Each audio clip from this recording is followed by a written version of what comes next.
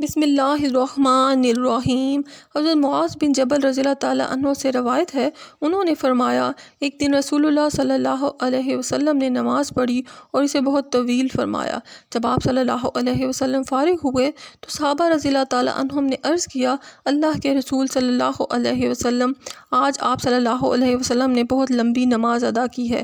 آپ صلی اللہ علیہ وسلم نے فرمایا، میں نے طلب اور خوف والی نماز ادا کی ہے۔ میں نے اللہ سے اپنی امت کے لیے 3 چیزوں کی درخواست کی تھی، اللہ تعالیٰ نے مجھے 2 چیزیں عطا فرما دی اور ایک سوال قبول نہیں فرمایا۔ میں نے درخواست کی تھی کہ ان پر ان کے سوا دوسرے غیر مسلم دشمن مسلط نہ ہوں، اللہ نے مجھے یہ چیز عطا فرما دی، اور میں نے اللہ سے یہ درخواست کی تھی کہ انہیں غرق کر کے ہلاک نہ کرے، اللہ نے مجھے یہ چیز بھی عطا فرما دی، اور میں نے اس سے یہ سوال کیا کہ ان کی جنگ آپس میں ایک دوسرے سے نہ ہو، اللہ تعالیٰ نے میری یہ درخواست قبول نہیں فرمائی۔